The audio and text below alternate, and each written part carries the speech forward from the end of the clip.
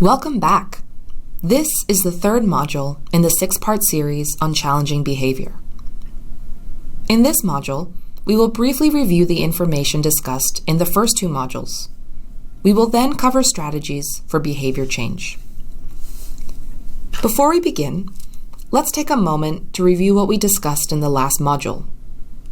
In Module 2, we talked about the different functions or purposes of behavior and the importance of identifying the function of a challenging behavior. Identifying the purpose of the behavior before developing an intervention plan using ABC data is an important piece to make sure we can identify the right strategy to change the behavior. In our modules, we focus on the following functions: seeking attention, escape, and obtaining tangible objects. As mentioned in Module 2, when collecting ABC data, we look at the context of the challenging behavior and collect information on what happens before and after it. To identify the function of the target behavior, we must take ABC data multiple times in different situations to try to find a trend or a pattern that suggests the way the challenging behavior is reinforced. Behavior change is largely affected by the consequences that follow them. The 3 types of consequences of behavior are reinforcement, punishment, and extinction. This module will focus on behavior change procedures that are based on reinforcement, or consequences that reinforce behavior.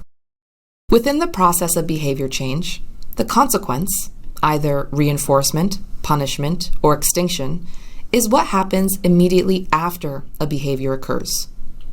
If a person repeats a behavior, it means that the behavior was reinforced. If a behavior occurs but is not repeated in the future, it means that behavior was punished. This module, however, will focus more on consequence-based interventions that increase desirable behaviors or reinforcement. Reinforcement is a consequence because it happens after a behavior and strengthens its chances of happening again in the future. For example, Sally says "Good morning" to her peers every morning.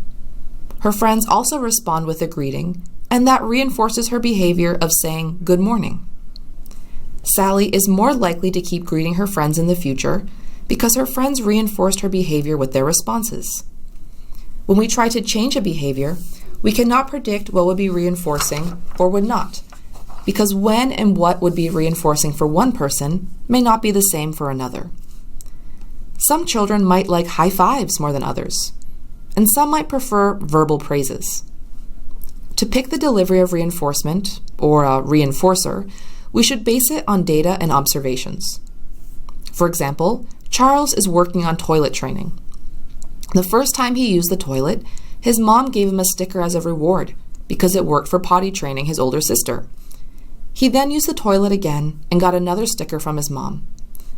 Charles continued to use the toilet and was asking for more stickers, so his mom made a good guess on what he liked, and stickers indeed work for Charles. However, we would not be able to predict if the stickers had the same effect with other children, and we may be incorrect to assume so. We can't predict if an event or an item will work as a reinforcer or if it will actually decrease the behavior before we see its effects. For some children, stickers may not reinforce their behaviors, and we will need to find something else that works for children individually. Reinforcement should be individualized because everyone responds differently. There is a wide range of objects or events that can act as reinforcers. For example, verbal praise or saying "good job" can reinforce a behavior and make it happen more often for some children, while other children might respond better to attention in the form of a high five, a smile, or a hug. Other children may be more motivated to use a new behavior if they receive certain snacks. This could be a favorite cracker, drink, chips, or sweets. Another strategy would be rewarding children for completing the behavior with a sticker or another object that they could put on a chart which they can exchange for a bigger prize eventually. Escaping from an unpleasant situation can also function as a reinforcer. For example, if I take a painkiller when I have a headache, and if the headache goes away as a result of taking the painkiller, I am much more likely to take another painkiller when I'm in the same situation in the future. Here are a few more examples of reinforcers. Raj sees cookies on the kitchen counter and says, "Cookie." The dad gives him a cookie. In the future, when he wants a cookie, he is more likely to say "cookie" because his behavior of asking was reinforced with the actual cookies. Another example, Alicia's mom says, "Clean up your room." Alicia then follows her mom's instructions and cleans up her room. Alicia's mom praises her behavior by saying, "Great job listening." Alicia is now more likely to listen to her mom's instructions in the future because of her mom's praise and approval of Alicia's behaviors. There are some rules about using reinforcement to make sure it is effective. It must happen after the behavior that we want to see. In other words, reinforcement should be given quickly after the behavior happens and not before. If you try to reinforce a behavior before it even happens, it would be considered bribery. It should also happen quickly and should not be delayed, especially when the child is learning a new behavior. For example, Luke is learning to get dressed independently, and his dad gives him M&Ms when he does. One time, Luke got dressed all by himself, but his dad got distracted and did not reinforce this new behavior. So naturally, Luke whined and cried for his reward. Dad then gave Luke the candy, but then it was actually in response to the whining, not dressing independently. The dad unintentionally reinforced the whining instead of getting dressed because he got the timing wrong. Reinforcement should also be individualized. As each person is different, so are the things that motivate them. For example, Grace is motivated by bear hugs from her mom and dad, but doesn't care for candy. If we tried to reinforce her behaviors with candy instead of bear hugs, it would not be as effective as we think. Therefore, we should think about what the child likes to individualize the rewards. Also, it is important to think about the consequences of the reward we choose. For example, we cannot give a child candy for every positive behavior we see due to potential health concerns. So we must think about a few rewards that could be used together with other reinforcers, such as bear hugs, tickles, stickers, praise, iPad time, or a certain song the child likes. Now, let's look at how we can actually use reinforcement to change challenging behavior. Let's think of a scenario where a child frequently throws tantrums. The first step in the behavior change process is to identify the function of the behavior using ABC data. For example, a child can throw a tantrum to get attention or to avoid a crowded place. To replace the tantrum behavior, we will teach the child how to communicate or a way to tell us what they want in a more appropriate way instead of the tantrum. If the child wants more attention and asks for it appropriately, we would honor the child's request by reinforcing it.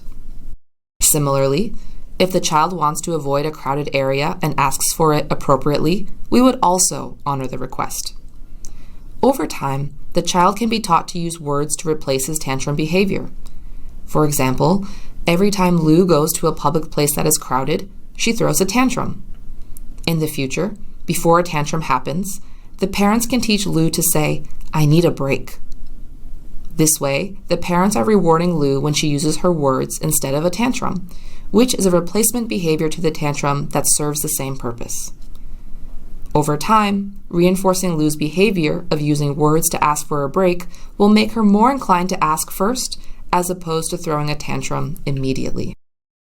Like we saw in Lou's example, when we attempt to replace a challenging behavior with a more appropriate functional one, the behavior that we teach the child to replace a challenging behavior with should result in the same outcome and be something that is easy for them to do or learn. For example, if we have a child who screams to get attention from her peers, but is able to use words to communicate, we can teach her to say hi or wave to get their attention instead.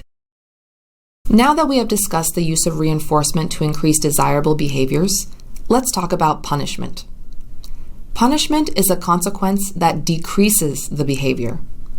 For example, if you put your hand on a hot stove, it will hurt, and you will be less likely to do it again, which means the behavior of touching hot things was punished by the burning. Similarly, if you skip work and get reprimanded by your boss, you will be less likely to skip work in the future to avoid getting written up. Lastly, if you speed on the highway by exit number 235 and get a ticket for speeding, you will be less likely to speed in the near future, especially next to exit number 235. These are all examples of punishment in our daily lives. We encourage parents and teachers to use all the reinforcement options first to teach desirable behaviors before even considering punishment, as punishment could have undesirable side effects. Punishment artificially stops a behavior, but without providing a replacement behavior. For example, if a child hits to get the video game controller from his brother and mom screams, "No hitting!" the child may be afraid and stop hitting. But because the child stopped out of fear, he still doesn't know how to ask nicely for his turn to replace hitting. He only learned not to do something. Also, children who are reprimanded or spanked may act more aggressively towards others, because that's what they are used to. Parents who respond harshly to challenging behavior may be in fact modeling inappropriate behaviors to their children. In addition, children may display obedience in the presence of the person who punishes them, but their obedience will stop once the person is not present anymore. In this module, we learned that behavior could change through the process of reinforcement and punishment. Reinforcement can help increase desirable behaviors in children and reduce challenging behavior. In the next module, we will discuss proactive or antecedent strategies that can be used before the behavior happens.